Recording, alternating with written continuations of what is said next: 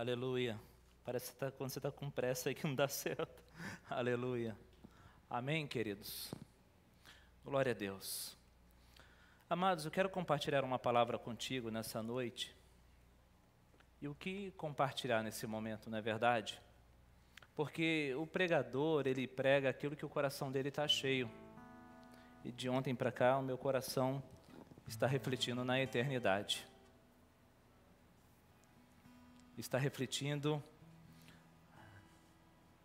a presença de Deus. Porque é a única certeza que nós temos.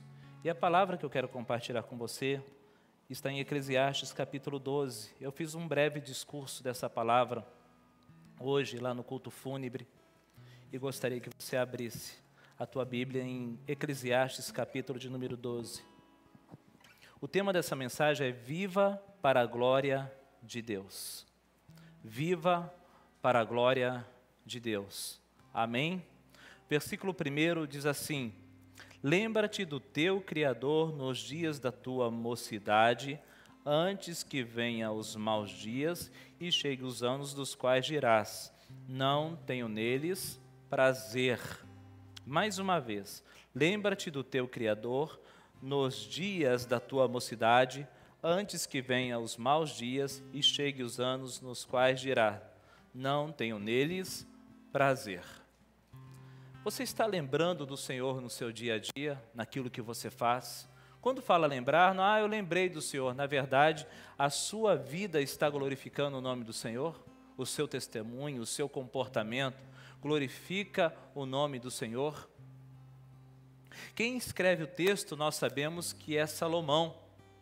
E Salomão, então ele escreve cantares com muito romantismo, ainda jovem, no calor da idade, e depois ele escreve provérbios, agora ele já está mais maduro, mais reflexivo. E agora, na velhice, ele escreve Eclesiastes, uma experiência daquilo que ele já viveu. Um homem que teve tudo nas mãos, muito dinheiro, muita riqueza, muito poder. E agora ele está falando, lembra-te do Criador na tua mocidade. Muitas vezes nós deixamos para depois. Amanhã eu vou assumir um compromisso com Deus. Depois, mês que vem eu vou assumir um compromisso com Deus. Depois, mas e se esse amanhã e esse depois nunca chegar? Se esse amanhã e esse depois nunca chegar na sua vida? E se amanhã for tarde demais? Porque precisamos pensar que essa vida aqui ela é muito passageira. A única certeza que nós temos é que nós vamos morrer. Mas eu me deparo com pessoas, encontro pessoas que muitas vezes acham que vão viver nessa terra eternamente. Pastor, eu preciso curtir a vida e Deus me ama mesmo assim. Não, amados. Você precisa tomar uma atitude, uma posição diante do Senhor. O que realmente você quer para a sua vida? Eu fiz essa pergunta, hoje à tarde, o que é a vida? Para pensar. A vida é como a areia nas mãos que você tenta segurar e começa a escorrer entre os dedos. A vida é como água que você tenta juntar com a palma da sua mão e você faz força e ela começa a gotejar e logo, logo as suas mãos estão vazias, ou seja, passa muito depressa. Mês que vem eu vou completar 46 anos, mas parece que foi um piscar de olhos, parece que ontem eu tinha 20 anos de idade. Mas a vida passa muito rápido e tem situações que nós queremos deixar para depois. Vou deixar para amanhã, vou ter um compromisso com Deus no ano que vem, e aí de repente pode ser tarde demais. Muitas vezes nós estamos correndo atrás de coisas e talvez estamos correndo atrás do vento. Amados, eu vejo o homem olhando para esse texto e analisando o homem ele é capaz de muitas coisas. Um homem que já pisou na Lua, um homem que colocou um robozinho lá no planeta Marte, que já colocou o robozinho em cima de um meteoro, que já conseguiu pesquisar as profundezas do oceano. Não existe limite para o conhecimento, por um intelecto humano. Cada dia a medicina está avançando, os computadores, os carros, mas nós vamos morrer. Existe uma lei, sobre nós, que é a morte. Quando entrou o pecado, entrou também a morte. E por mais que nós tentamos driblar, negligenciar, um dia ela vai vir. E a pergunta é: como você estará nesse dia? Como estará a sua vida diante do Senhor? Se hoje for o teu dia de partir, como está a sua vida? Como está a sua vida?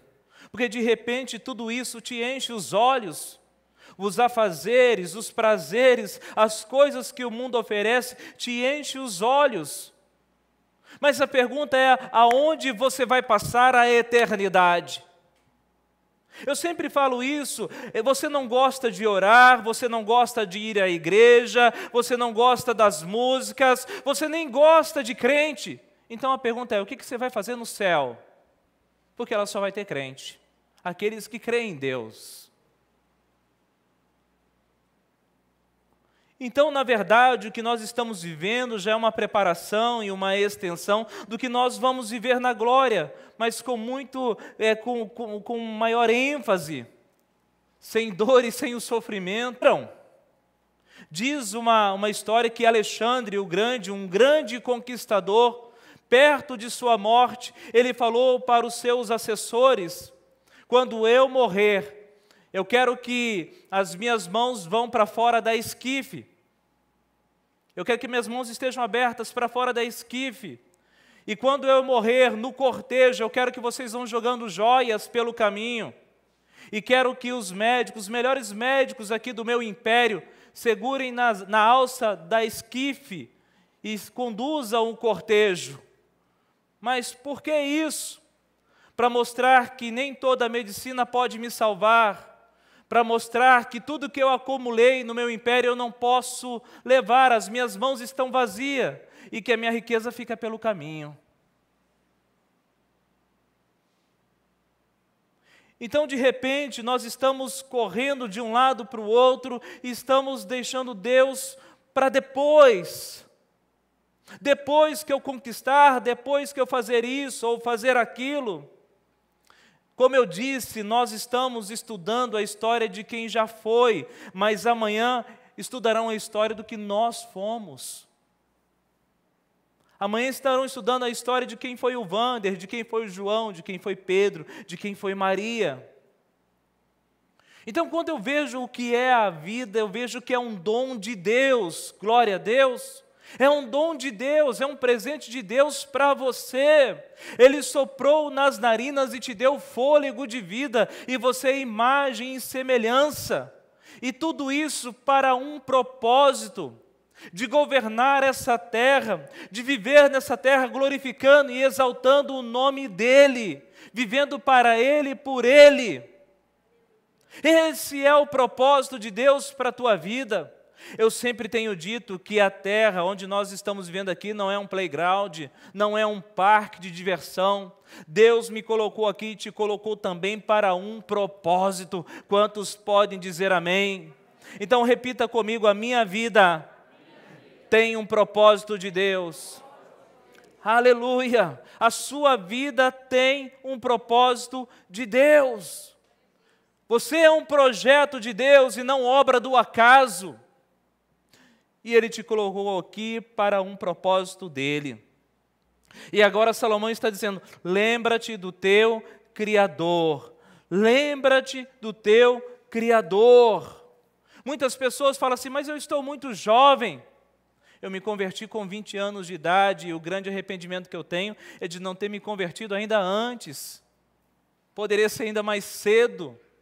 Muitos amigos meus daquela época já desceram à sepultura.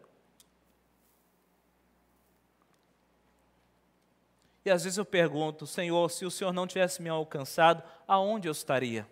Talvez não estaria nem mais nessa terra, embaixo desse sol. Amados, a palavra do Senhor no livro de Mateus, no capítulo 19, fala a história de um jovem que tinha essa pergunta no coração. Mateus capítulo 19, no versículo 16, olha o que diz o texto.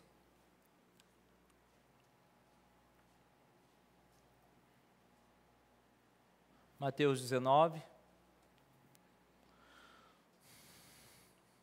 E eis que alguém aproximando-se lhe perguntou: Mestre, que farei eu de bom para alcançar a vida eterna? Alguém tinha essa pergunta no coração. Será que você tem essa pergunta também? E aí, continuando o texto. Respondeu-lhe Jesus: Por que me perguntas acerca do que é bom? Bom só existe um. Se queres, porém, entrar na vida, guarda os mandamentos. E ele perguntou: Quais? Respondeu Jesus: Não matarás, não adulterarás, não furtarás, não dirás falso testemunho. Honra o teu pai, a tua mãe, amarás o teu próximo como a ti mesmo. Replicou-lhe o jovem: Tudo isso tenho observado, que me falta ainda? Disse-lhe Jesus: Se queres ser perfeito, vai, vende os teus bens, dá aos pobres e terás um tesouro no céu. Depois vem e segue-me. Então, nesse texto, a gente está observando que precisa fazer uma renúncia. Vida eterna tem muito a ver com renúncia. Nós sabemos que salvação é graça, é favor imerecido. Mas para ser discípulo de Jesus, precisamos renunciar. E o Senhor Jesus, olhando para aquele jovem, sabia exatamente o que ele precisava renunciar. O Espírito Santo de Deus está neste lugar e Ele fala contigo. E à medida que eu vou pregando e vou falando com você, Ele está falando, tem renúncias que você precisa fazer. Continuando o texto. Tendo, porém, o jovem ouvido esta palavra, retirou-se triste por ser dono de muitas propriedades. Então quer dizer que os bens que ele tinha era mais importante do que vida eterna?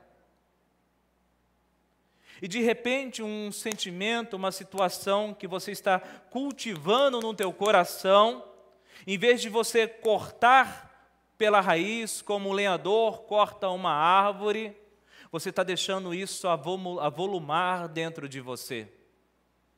E de repente você fala assim, eu não estou nem aí para esse negócio de igreja, para pastor. Realmente, você não precisa ter preocupado com igreja, com pastor. Estou falando de salvação em vida eterna. Mas usamos isso como desculpa para cauterizar a nossa mente e falar assim, portanto, eu vou pecar. Eu vou fazer de tudo aí que o mundão está oferecendo. Porque dá nada não. Dá nada não. E aí então, de repente, você vai vivendo uma vida de pecado, e quando você vive uma vida de pecado, isso se chama iniquidade, o pecado contumaz. Existe aquele pecado que é o acidente de percurso, ninguém sai de manhã com a intenção de bater o carro, eu vou pegar o meu carro e vou bater no primeiro poste. Não é isso, mas pode acontecer. Mas existe aquele que já sai com a disposição de pecar. Hoje eu vou fazer isso, e amanhã também, porque eu sou dono da minha vida. Você é dono da sua vida mesmo. Assim como esse rapaz que retirou-se triste, porque não podia desfazer dos seus bens. E de repente hoje você está neste lugar e eu quero o Senhor Jesus, eu quero andar com Ele, e Ele fala, você precisa renunciar. E você então vira as costas e sozinho dentro de si você fala assim, eu não tenho forças e também não quero. Amados, não tem como nós em uma das mãos segurar aquilo que é santo e na outra o profano. Não tem como servir a Deus ou a Mamon. Não tem como da fonte que jorra água doce jorrar água amarga. Não tem como. Nós temos que tomar uma decisão e não existe ficar sobre o muro. Ou você está com Deus ou não está com Ele, ou Ele é teu Senhor ou não é. A decisão é você que toma. Esse jovem não era capaz de abrir mão de nada para ficar com o Senhor Jesus. Eu creio que ele esperava um elogio, que bom que você veio. E muitas vezes nós estamos buscando esse tipo de mensagem que massageia o nosso ego. Como eu disse para vocês, eu gosto de mensagens que provoquem em mim uma mudança. Eu gosto daquelas mensagens que transformam a minha vida. Eu creio que um dos trabalhos do pastor, eu vi uma frase sobre isso, é não deixar os crentes pecar em paz. Um dos trabalhos do pastor é não deixar crente pecar em paz. Né? As irmãs que o digam com a pastora Fabiana. Né? Não deixar em paz. Esse é um dos nossos trabalhos. Porque o que nós queremos, e a nossa missão, é que todos vão morar no céu. Hoje eu experimento uma mistura de alegria e de tristeza. Tristeza por perder o irmão, ele não está aqui mais junto conosco, mas ao mesmo tempo alegria, porque eu vejo uma missão que foi completa. Domingo passado ele estava servindo a ceia, sábado passado ele passou o dia inteiro aqui na igreja, nas 13 horas de adoração. Oração da madrugada, ele e a esposa vem aqui participar conosco, lá do Jardim Kennedy. 21 dias de oração no monte, eles estavam juntos. Então, a alegria, porque eu sei que agora ele está aguardando a vinda do Senhor e nós vamos nos reencontrar. Quantos podem dizer amém? Então, amado, precisamos tomar cuidado, porque de repente o que vai te afastar de Deus e do propósito dele não é coisas ruins. Não é o capeta. Ele não vai aparecer lá de madrugada com um chifre, lá no pé da sua cama, falando assim, sai da igreja, com um tridente na mão. Mas ele vai pôr na tua mão aquilo que você mais deseja.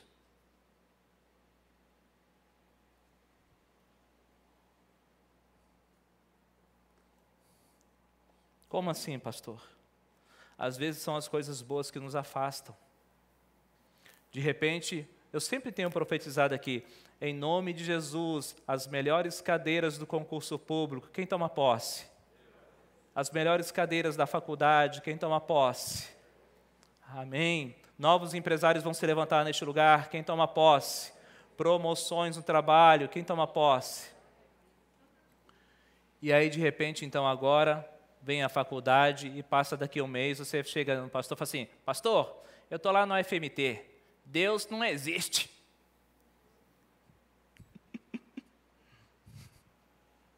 Deus não existe, porque hoje em dia parece inteligente, ser intelectual, você falar que Deus não existe. Oh, você é inteligente, Deus não existe. Nossa, você é um cara pensante. Como eu disse para vocês, quem mais lê livro no Brasil são os crentes. O maior volume de livros vendidos é para os evangélicos. Porque nós estamos buscando informação e cada dia conhecer mais. Mas então, de repente, a melhor cadeira da faculdade foi entregue nas tuas mãos. E aquilo que era para ser bênção se tornou maldição, porque agora você não tem mais tempo para Deus. Eu falo isso porque eu fiz faculdade, não terminei, mas eu fiz, eu sei como é que é. Os trabalhos de final de semana na roda da piscina eu nunca fui. Mas muitos irmãos na fé e que eu conheço, foi destruição. Assim também como a promoção no trabalho. Pastor, agora eu não posso mais, porque Deus está me abençoando financeiramente, e como Ele está me abençoando financeiramente, eu não tenho mais tempo de ir para a igreja. Que Deus que é esse que vai te abençoar financeiramente, vai fazer você prosperar e vai tirar você da presença dEle? Me diga. As bênçãos de Deus, elas enriquecem e não acrescentam dores sobre a nossa vida. Veja bem, Salomão escreve esse texto, né? Lembra-te do teu Criador nos dias da mocidade. Eu acredito que aqui caiu a ficha para Salomão. Já está de idade agora. Caiu a ficha. E aí ele lembrou da mocidade quando ele ainda estava perto do pai dele, Davi. Quando Davi estava falando sobre os projetos do templo, sobre o que ele deveria fazer, porque Davi estava dando instrução para Salomão. Meu filho, você vai assumir o trono. Tem um templo para construir. Já preparei recursos. Então você faz isso. Aqui está a maquete. Aqui está tudo o que você precisa fazer. Que seja para a glória de Deus, que o nome de Deus seja exaltado. Tanto é que no início do reinado de Salomão, a primeira coisa que ele faz é oferecer 1000 novilhos em ofertas para Deus. E Deus aparece na mesma noite. O que você quer, Salomão? Então, naquele momento, Salomão ainda tinha um coração voltado para Deus, mesmo sendo rei de Israel, porque aprendeu com o pai Davi. E é interessante falar de Davi, porque Davi foi um grande guerreiro, matador de gigante e conquistou vários territórios. Mas sempre teve o coração em Deus.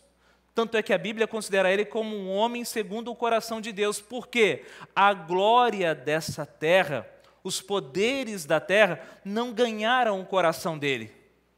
Mas, pelo contrário, ele sempre teve o coração em Deus, ou seja, ele sempre glorificou o nome de Deus em suas conquistas.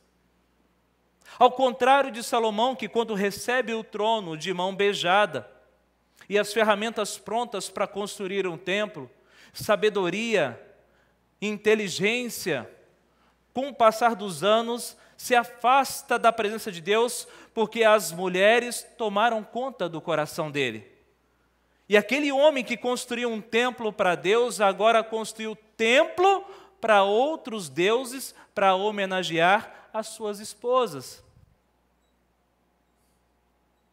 Então o poder tomou conta do coração dele. E muitas vezes, então, se nós não vigiarmos, coisas boas, coisas que nós estamos orando e pedindo para Deus, de repente te afasta de Deus. Pelo contrário, quando você consegue um novo emprego, você passou na faculdade, que ali você possa dar testemunho do nome dele. Glória a Deus. E aí, meu irmão, como é que foi? 7 anos fazendo a faculdade e agora você terminou? 7 anos, porque geralmente às vezes não é FMT, é mais demorado, né? Você fez a faculdade, terminou, e aí tudo bem, né? Pastor, terminei, graças a Deus, glória a Deus. 7 anos na faculdade e ninguém descobriu que eu era crente. Ufa! A minha identidade não foi revelada naquele lugar. Glória a Deus. Eu sempre falo para os irmãos e ensino para eles, assim, olha, você não quer ter constrangimento, a hora que você botar o pé lá dentro da faculdade ou na empresa que você vai trabalhar, né, deixe bem claro para as pessoas que você é um homem de Deus e uma mulher de Deus. Deixe isso bem claro. E que naquele lugar, naquela faculdade, naquele trabalho, naquela empresa que você está iniciando, que seja para glorificar o nome de Deus. Amém? Que seja para exaltar o nome dEle. Como uma vez o pastor Valmir pregou aqui neste lugar, quando ele perguntou, né, para uma mulher, e aí, qual que é a sua profissão? A minha profissão é advogada. Tá, então você é um cristão disfarçado de advogado, para fazer a diferença naquele lugar. Você é um cristão disfarçado de médico para ganhar vidas e transformar vidas naquele lugar. Ou seja, Deus está te usando e Ele quer te usar. Amém? Porque o que importa nessa vida é justamente nós termos essa consciência que um dia vamos partir e quando nós partimos dessa terra, Ele não vai perguntar a casa que nós tivemos, o carro, qual era a marca do nosso carro, nem as roupas que nós vestimos. Naquele dia, o importante vai ser o que nós fizemos e como nos apresentamos diante dele, se nós cumprimos o propósito que ele colocou em nossas mãos. Então, em todo o tempo, glorifique e exalte o nome do Senhor, seja na tua casa, seja na tua vida profissional, em nome do Senhor Jesus. Eu fico, às vezes, ouvindo a minha esposa conversando com o pastor Ivalnete. O pastor Ivalnete está trabalhando e onde ela trabalha, todo mundo lá já sabe que ela é crente. Além de todo mundo saber que ela é crente, todo mundo vem pedir oração para ela. Nos intervalos, pastor Ivalnete, você ora por mim? Você ora por essa causa? Você ora pelo meu filho? Você ora por isso? Você ora pelo meu marido? Por que isso? Porque ela está dando um bom testemunho lá dentro. E as pessoas estão vendo isso nela. Glória a Deus. Eu trabalhava numa empresa e era engraçado, porque nessa empresa tinha o aniversariante do mês. Então, assim, na hora do almoço, ou de manhã cedo, eles queriam uma palavra de 5 minutos e cantar os parabéns. E quem eles chamavam para dar uma palavra, para fazer uma reza, chamava o Wander. Porque já estava na testa, gravado, servo de Deus. Glória a Deus. Então que a sua vida seja para glorificar o nome dEle. Né? Lembra-te do teu Criador em tudo que você vai fazer. Amados, veja bem. Esses dias agora, um pastor amigo meu, né, ele mandou o áudio, ele mandou para mim conversando, até compartilhei com o pessoal da intercessão. Tinha uma jovem na igreja dele, uma irmã. E essa irmã chegou para ele e falou assim: pastor, eu não tenho nada contra o Senhor, nem contra a sua esposa, vocês são excelentes, eu amo demais vocês como pastores, mas eu não aguento mais e eu quero viver a vida do mundo lá fora. Tem coisas aqui na minha cabeça, tem situações que eu não consigo parar de pensar e eu quero ir para o mundo. Aí você fica até assim, né? O queixo cai, né? Então, assim, eu vou sair devagarinho, sem causar alarde, mas não é por outro motivo, eu estou saindo em paz da igreja, mas é porque eu quero ir para o mundo. Eu não estou aguentando mais ficar aqui. E foi. Há uns 4 meses atrás, de madrugada, indo para o Tijucal de moto, um animal morto na estrada, não sei se é um cachorro, o pastor não falou para mim, e ela pilotando a motinha, de madrugada, né, fazendo o quê? Foi desviar desse animal morto, e perdeu a direção dessa moto, e ela foi contra uma grade de proteção de uma empresa. Morreu instantaneamente. Saiu porque queria curtir o mundo lá fora. O que curtiu? Ao contrário do nosso irmão que estava gastando todos os dias aqui na presença do Senhor. Servindo com alegria, serviu no multimídia, depois estava servindo no acolhimento. Só que o que eu admiro isso é aquele irmão que serve em qualquer lugar. Aquele irmão que em qualquer lugar que você colocar ele está pronto para servir. Nos mutirão vinha trazer lanche para nós. No domingo estava servindo a ceia. Alegria em servir e glorificar o nome do Senhor. Olha a diferença. Olha a diferença.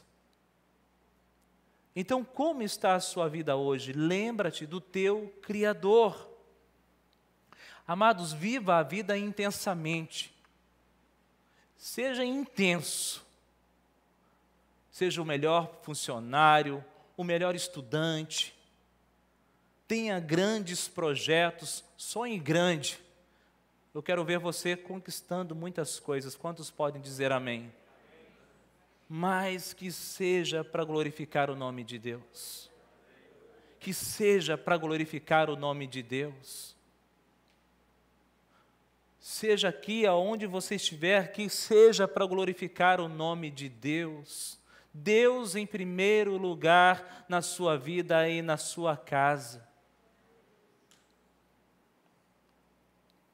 Não vale a pena nessa vida tão curta que nós temos. Porque diante da eternidade, essa vida que nós temos hoje aqui na terra é muito pequena. Não vale a pena, então, viver brigando, viver revoltado, consumido pelas redes sociais, cheio de rancor, brigando, com falta de perdão, não perdoa o fulano, não perdoa o ciclano, e quando morrer?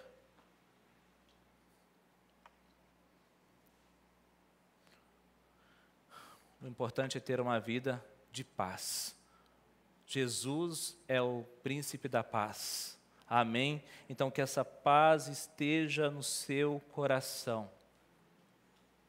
Eu vi um músico que se converteu nos Estados Unidos e ele diz o seguinte, que tudo que ele conquistou, o sucesso, a fama, o poder, o mundo das drogas que ele se envolveu, mas nada do que ele experimentou supria a ausência de Deus. Porque quando era pequeno ainda, os pais pregavam para ele. Então ele falou assim que havia um buraco no coração, e esse buraco no coração ele não conseguia preencher com as coisas, com os carros, com a fama, com o sucesso, com as drogas. Esse buraco ele não conseguia preencher. Então ele entendeu que esse buraco era do tamanho de Deus e somente Deus podia preenchê-lo. Glória a Deus. Então, amados, é essa mensagem que eu quero compartilhar para você nessa noite. Como está a sua vida hoje? Eu quero que o Ministério de Louvor suba aqui no altar, aquela canção que vocês cantaram lá